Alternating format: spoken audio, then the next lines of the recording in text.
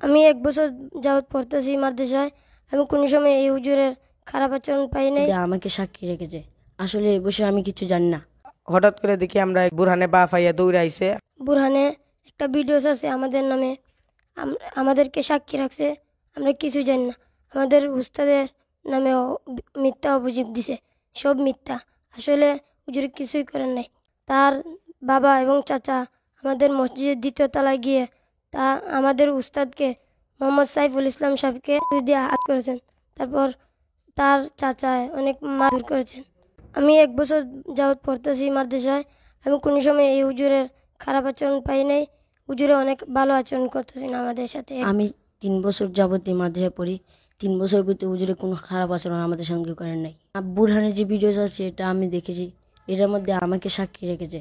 আসলে এ বিষয়ে আমি কিছু জানি না, এবং হুজুরকে যে মিথ্যা অপবাদ দিয়েছে এটাও মিথ্যা। ক্লাসের মাঝে কোরআন শরীফ তেলাওয়াত করতেছিলাম, তখন উজুরও একজন ছাত্র ফরা লইতাছেন, তাইনে ফরা হঠাৎ করে দেখি আমরা বুরহানে বা ফাইয়া দৌড়ে আইছে। গিয়া ওই ডাইরেক্ট একটা মারছুন। পরে উজুর চিল্লাইয়া তাইনে বাসবার লেগে দৌড়ে আইসেন সিঁড়ি দিয়া। তারপরে তাইনে আরো লোক আসলো এর সাথে সংশিয়ারা, এরা উজুরে আটকাইছে, উজুর যাইতে পারছেন না।